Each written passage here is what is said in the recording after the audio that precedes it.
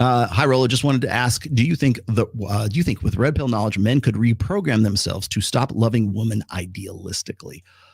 No, unfortunately, no. And secondly, I don't think you would want to.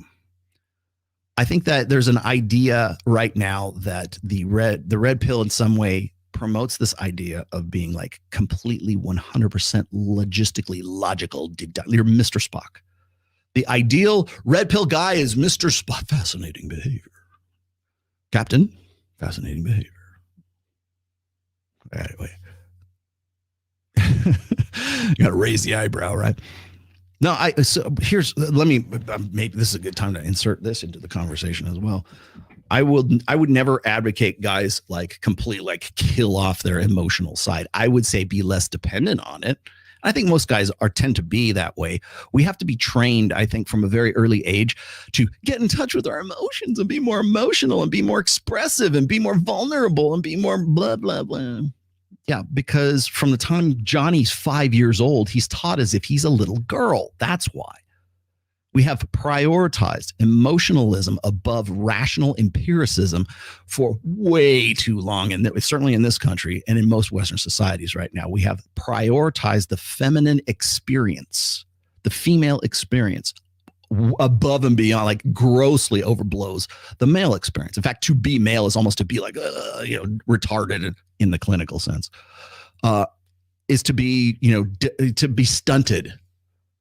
I use this example all the time, which is like, just because you didn't cry at the end of Titanic doesn't mean there's something emotionally wrong with you, guys. It just means that particular tearjerker at the end, it appeals to a female psyche. It doesn't appeal to a male psyche. If you cried at the end of Saving Private Ryan, 100% legit. I get it. Feel you, brother. But at the end of Titanic, no.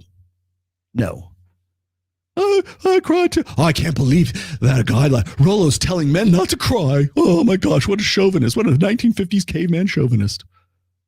No, I'm just saying you don't have the fucking hardware. You don't have the same synapses. However, you can be taught and conditioned to feel bad about not crying at the end of fucking Titanic.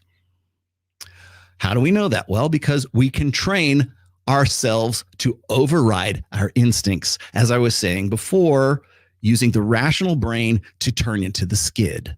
Our instinct is to slam on the brakes. Oh, our instinct is to say, well, what's the big deal about Titanic? Oh, well, we can condition Johnny to cry on demand, to think that he should be more emotional like a woman, like a female.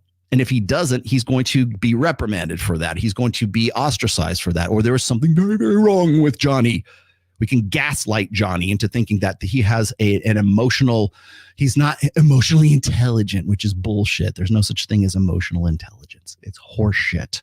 It's 70s, 80s, feel good, cognitive, humanistic, pop psychology bullshit. Proven to be bullshit. In the 90s, proven to be bullshit. Anytime you hear some woman go, oh, we're more emotionally intelligent than men. No, you're not. Because it doesn't even meet the criteria for intelligence. You're more emotional than men are because women prioritize emotion before reason. Men, unconditioned, tend to prioritize reason before emotion. That's why we don't cry at the end of fucking Titanic. It's a movie. We know we're in the movie. Our rational brain says, oh, okay, it's good. It's like crying at the end of Predator. Nobody's going to do that. What's a tearjerker for a guy? I'm sure that you probably cried when Old Yeller died, or God, don't watch Marley and Me. Do not watch that movie. I mean, good movie. Don't watch it. Do not watch it if you love dogs. Do not watch that fucking movie. But the emotion, instinct, emotion, and reason. Women tend to prioritize emotion before reason. It goes instinct, emotion, reason. And for men, it's also instinct. It's the first thing. Reason and then emotion, because men have to learn things. We have to be the ones who say, okay, we got to figure out how we're going to kill the woolly mammoth, right? Don't care how you feel about it. Well, we might get killed. I'm a little scared and insecure. Yeah, you are, but sack the fuck up and here's how we're going to do it. Look at the cave painting. Somebody else did it. We can fucking do it too, right? It's that rational side. It's the rational. That's what about the rational male, right?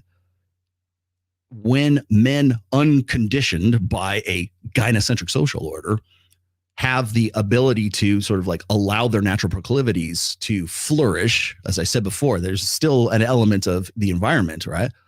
But you allow those natural proclivities to flourish. Yes, men tend to opt for reason before they opt for emotion. In fact, women take that as a point of pride. They're more empathetic. We have this supernatural empathy. No, you don't. You just prioritize emotion before reason. That's why. You're not, we're more sympathetic. It's like the Florence Nightingale effect. No, it's because you prioritize emotion before reason. I can show it to you right here. Here's the freaking fMRI studies. Here's the connectivity studies. Here's why men and women are different on the molecular fucking level. Oh, no, it's magic. Okay. Whatever. But but better, more to your point. Can we program ourselves to stop loving women idealistically? We do. Too many guys take the red pill and think that it's some sort of recipe for them to turn themselves into Mr. Spock. And I don't want you to. Hell, if I don't deal in shoulds, I think men need to be more judgmental. I think women do too. I don't think there's any shame in being discerning and judgmental of people's behaviors and their motivations for those behaviors, especially. We live in an age of feels before reals. We prioritize feels before reals, reals being rationality and reason. Emotion before reason. We use the language of emotionalism, the female language of emotionalism, before we're ready to use the language of empiricism, the male hierarchical language of empiricism. I've said this before. I'll give you the quote one more time. Is whenever the language of empiricism will always sound like hate or anger or violence or hostility to the language of emotionalism, because it counters, because it breaks the reality distortion bubble that is the language of emotionalism. So it's easy for me to say like stuff like, well, if you're going to compare men and women in like women's sports, and you have a guy who is I hate to use this term, troon, a gender confused. A Trans Am, a Pontiac Trans Am gets into female swimming. He's the number 436th swimmer in men's swimming. He becomes the number 1 swimmer in female swimming because he identifies as a female, right? So really the empirical reality of that is that men are better swimmers than women are. Simple as that.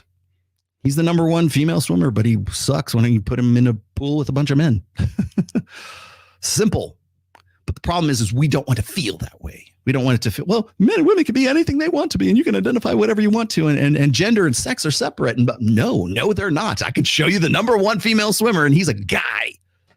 He's got a dick. Okay. And this is not me trying to be salacious or trying to be funny or to make some stupid like comedy skit like Daily Wire is. I'm just pointing at the fucking facts. You could see it right there, black and white. It's not hard. And what happens is the language of empiricism. He is the number 1 female swimmer because he's that good, because he's male, smashing headlong into emotionalism. Well, everybody should feel special, and everybody should be able to identify the way they want to, and please use my pronouns and da da da da. No, that's emotionalism. Pronouns, that's the language of emotionalism. We have to pander and pretend we got to pander to the kid. Okay, you be whatever you want, a demi boy, or whatever the fuck you are, right? We're going to make some shit up. All right, I'm going to go with that. Hey, we got to make him feel special. Give him his participation trophy. He came up with a new gender. We're doing good, Johnny. That's really all you're doing. In fact, if I was that guy, if I was somebody who was like, of that mindset, I'd feel like you're patronizing me. Fuck you. Right. But it doesn't work that way because everybody wants to feel special. But I don't think that we should even attempt to reprogram men to stop loving women idealistically, because I think that is actually a feature and not a bug. It can be a source of manipulation in a gynocentric social order for sure. But it can also be the source of great acts of heroism. It can also be the source of conventionally positive masculinity on top of that. I don't think it's necessarily it is what it is. Like our men's natural proclivity is to love women idealistically. Women love men opportunistically. And I don't mean that in the negative connotation. I'm just saying that that's just how it is. Because women are the vulnerable sex, men are the sacrificial sex. Eggs are expensive, sperm is cheap.